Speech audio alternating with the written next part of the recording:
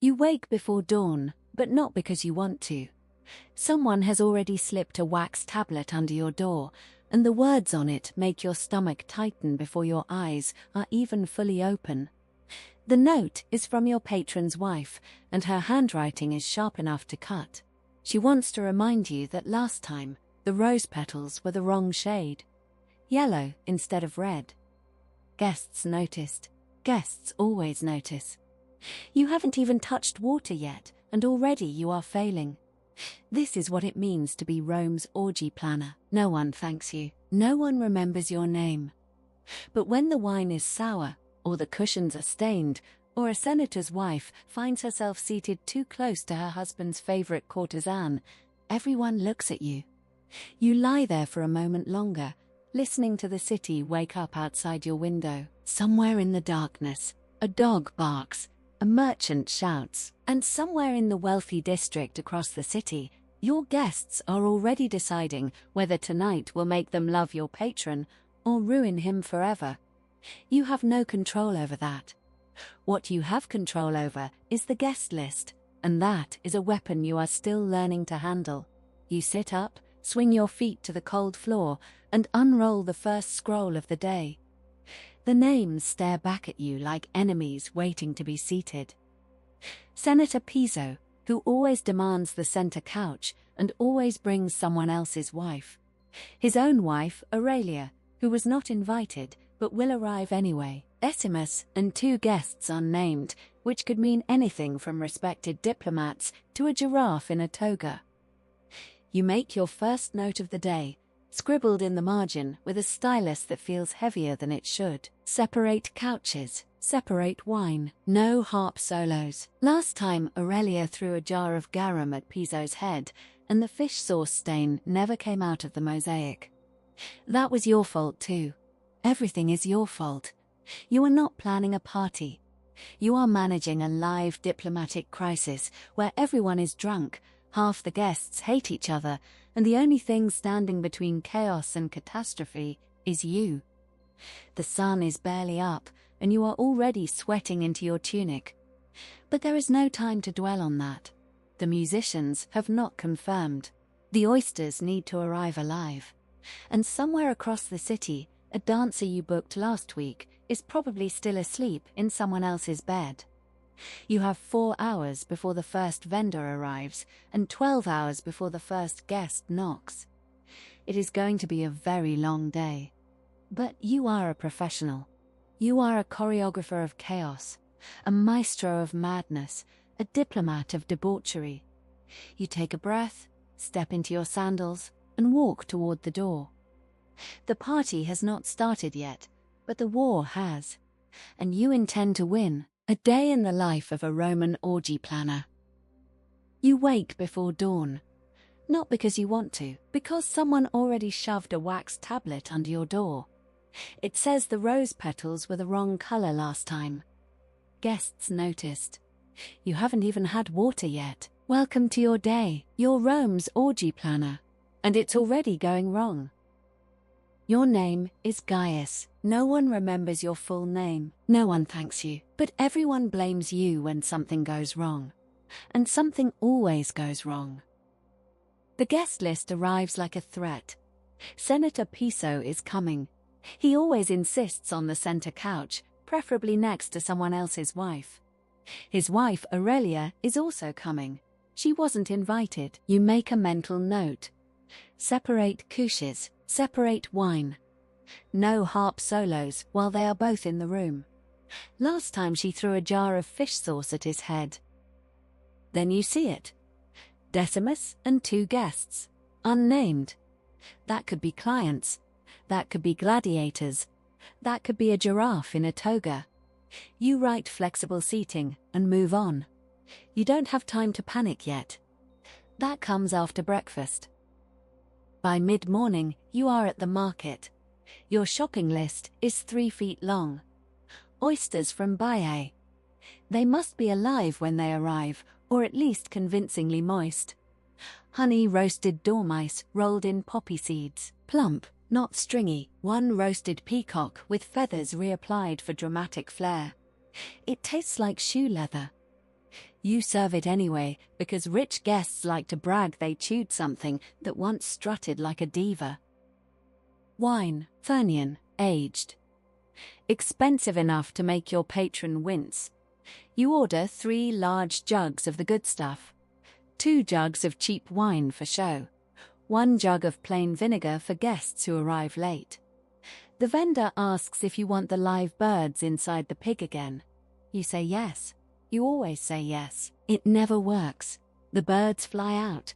Someone gets hit in the face. That is not a bug. That is the entertainment. Let me stop you right there.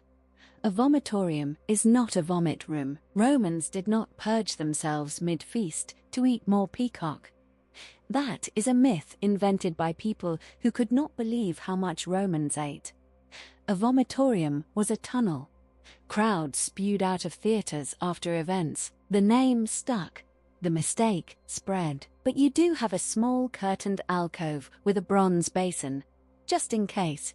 You call it the retreat. Everyone knows what it is for. You scent it with rose oil anyway. Dignity matters, even in disaster. By afternoon, the musicians have not arrived.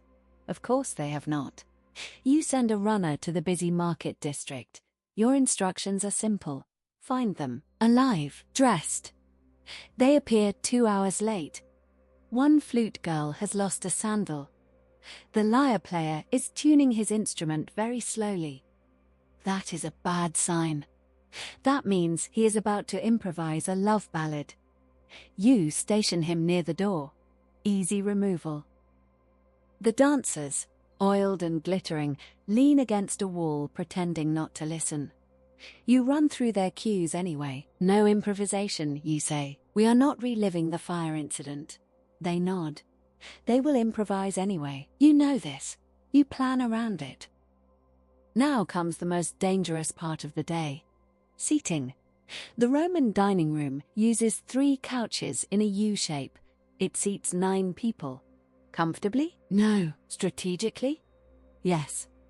The center couch is for the highest-ranking guest. Tonight, 2 senators both claim that spot. You decide who gets the honor and who gets mildly poisoned wine. Lovers go near each other, but not too near. Ex-lovers get separated by an entire bowl of olives and someone very boring to talk to. You place a wealthy businessman next to a dramatic poet. The businessman will not understand the poetry. The poet will love the attention. It works perfectly, and you leave 2 cushions empty.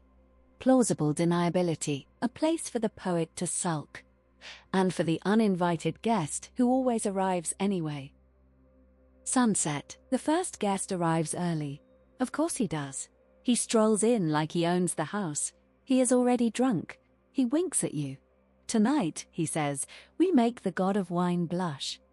Behind him come 3 companions, a minor poet, and a man carrying a small lyre. Invited? You do not ask. You never ask.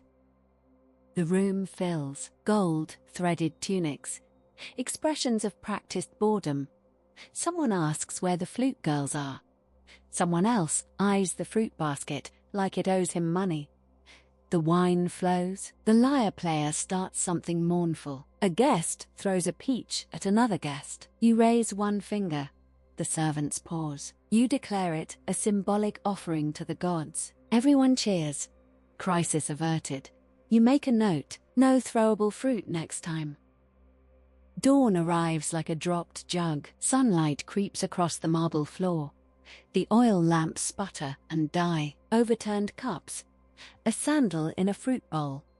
A nobleman's sleeping face down in a decorative urn. You step over a passed-out flute girl. The cushions are ruined. Someone wrote a philosophical poem on the wall in wine. It does not rhyme, but it is surprisingly thoughtful. You count the guests, all alive. 1 sprained ankle. 2 spontaneous weddings. 1 very polite note from a departing philosopher. Thank you, it reads.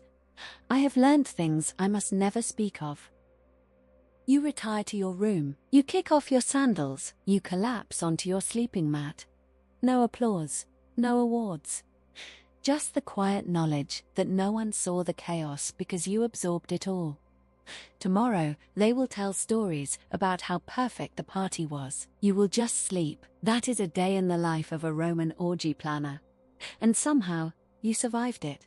Again, you step out into the morning air and immediately regret every decision that led you here. Rome is already loud, already sweating, already indifferent to your suffering. The market is your first stop, and the walk there gives you just enough time to imagine everything that could go wrong before noon. Your scroll is already 3 feet long, and every line on it is a potential disaster waiting to happen. The oysters must arrive alive from Baiae, or at least convincingly moist. The honeyed dormice must be plump, not stringy, rolled in poppy seeds until they look like tiny, edible treasures. And the peacock must be roasted whole with its feathers reapplied for dramatic flair, because in Rome, food is not food. Food is theatre. Food is a weapon. Food is a way to make your patron look richer than the man reclining on the couch next to him. You reach the fish vendor first, and he greets you with a grin that tells you he is about to raise his prices. You have no choice but to pay. The oysters are not negotiable. Neither is the imported wine from Greece, which costs more than most Romans earn in a month. You order 3 large jugs of the good stuff for guests who matter, 2 jugs of something cheaper for the ones who do not, and 1 jug of vinegar for anyone who arrives late enough to insult your patron. The vendor nods, and you already know he will try to swap the labels. You make a mental note to check every amphora yourself before sunset. Then comes the question you were hoping to avoid. The baker wants to know if you want the live birds inside the pig again. You hesitate. Last time, the birds flew out too early, and one hit a priest in the face. The priest was not amused. The guests, however, were delighted. That is the math you are always doing. Dignity versus entertainment. Safety versus spectacle. You say yes. You always say yes. Because if the guests are laughing at the chaos, they are not noticing the wine is slightly watered down, or that the musician you booked is playing in the wrong key.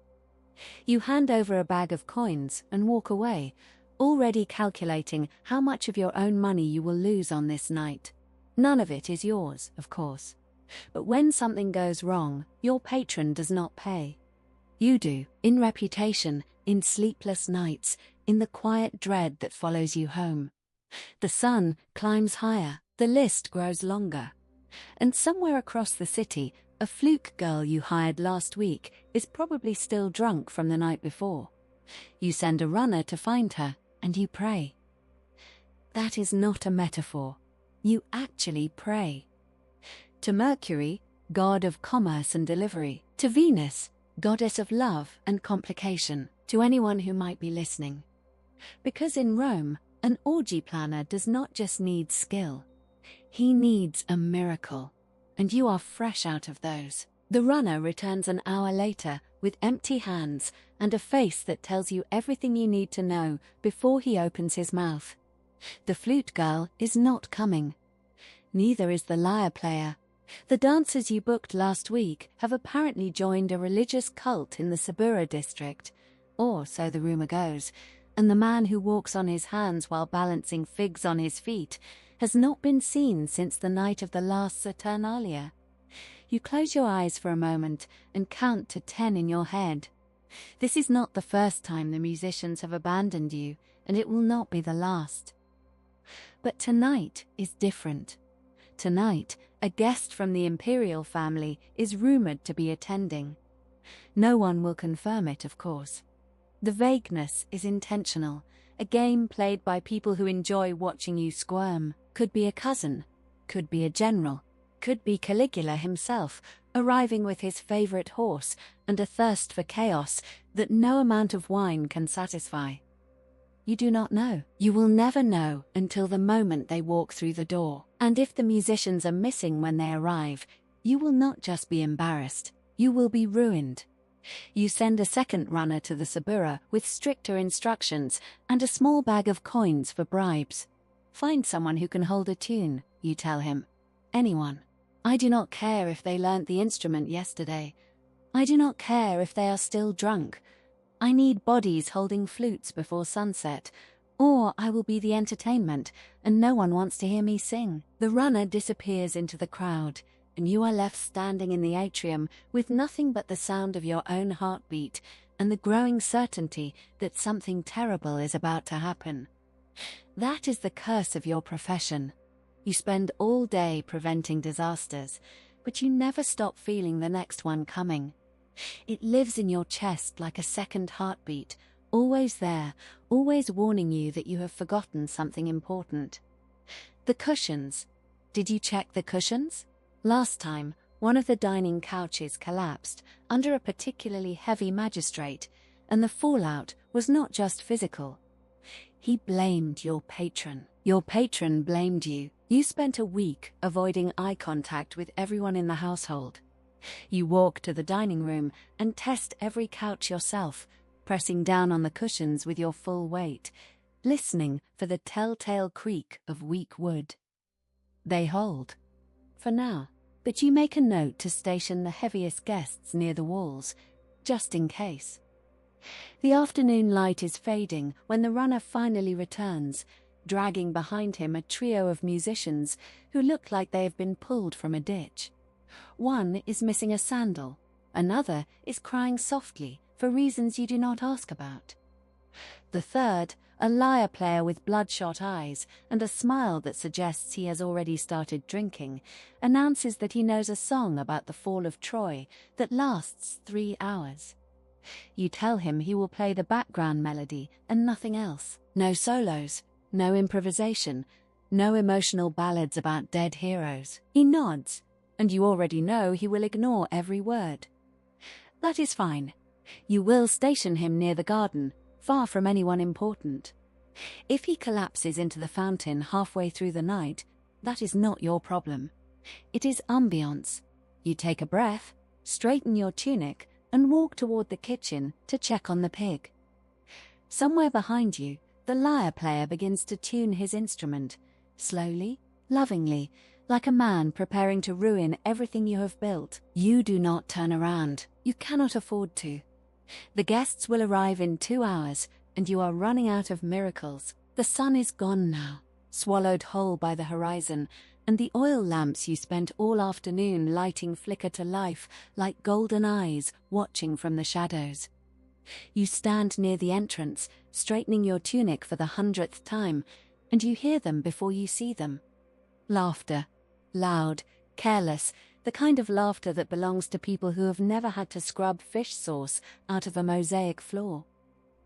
The first guest arrives early, because of course he does. He strolls through the door like he owns the house, which he does not, and he is already drunk, which he should not be. His name is Lucius, and he is your patron's most difficult friend. He greets you with a grin and a wink, and he says something about making the god of wine blush tonight. You smile. You nod. You do not remind him that the last time he tried to make Bacchus blush, he fell into the koi pond and had to be rescued by 2 slaves and a very confused poet. Behind him come the others. A senator draped in gold thread, his wife draped in pearls and barely concealed resentment. A poet who has already begun reciting under his breath, practicing for the moment when he can bore everyone with his verses about unrequited love. 2 courtesans who smile at you like they know something you do not. And then, at the back of the group, a figure you do not recognize, hooded, silent, unannounced. Your stomach drops. You have seen this before. The unnamed guest, the one who was not on the list but who carries more power than everyone else combined. You do not ask their name. You will not be told. You simply nod, gesture toward the finest couch, and pray to every god you know that they are in a good mood. The triclinium fills quickly after that. Guests recline on their left elbows, just as tradition demands, and servants appear with trays of oysters and cups of honeyed wine. The musicians begin to play, softly at first, then louder as the guests grow bolder. You move through the room like a ghost, adjusting cushions, refilling cups, pretending not to hear the whispers that pass between guests who should not be whispering to each other. A young patrician leans too close to a married woman. Two senators who have not spoken since the goat insult incident find themselves on the same couch. You separate them with a tray of figs and a well-timed cough. The lyre player, true to form, has begun to improvise. His melody drifts somewhere between mournful and inappropriate, and you catch the hooded guest tapping their fingers along to the rhythm. You do not know if that is a good sign. You do not know anything anymore. The wine flows faster now. The laughter grows louder. A guest throws a peach at another guest, and this time you do not stop it. You cannot. The night is no longer yours to control. It has become its own creature, hungry and wild, and all you can do is watch and hope that when the sun rises, you still have a reputation to protect.